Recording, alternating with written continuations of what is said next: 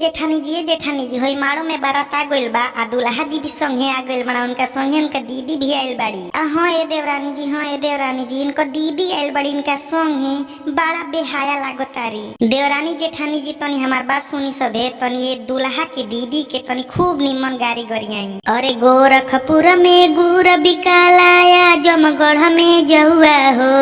गोरखपुर में गुड़ बिकालाया जमगढ़ में जहुआ हो, आ दूल्हा के दीदी बिकाली 3 रुपया पौआ हो, दूल्हा के बहनी बिकाली 3 रुपया पौआ हो। भसुर के दीदिया नान्हे के छिनरी घूमेली हिप्पी कटाई के, हाई हील के सैंडल पहिरली घूमे दुपट्टा गिराई के, लखनऊआ में लहंगा बिकाला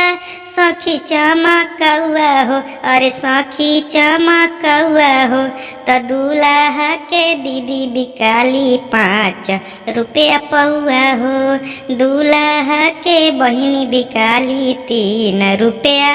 पौआ हो। पवन खेसारी के संगे छिनरी रहेली हरदम बीजी हो, छोटे छोटे घघरी पहन के चलेली लौकत निजी हो,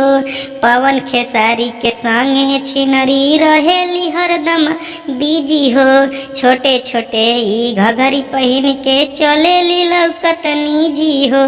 रिक्शा पर बैठा के इनकर चुम्मा लेला नी रहुआ हो, अरे चुम्मा लेला नी रहुआ हो, तब भसुर जी के दीदी बिकाली 3 रुपया पौआ हो, दूल्हा के दीदी बिकाली 3 रुपया पौआ हो।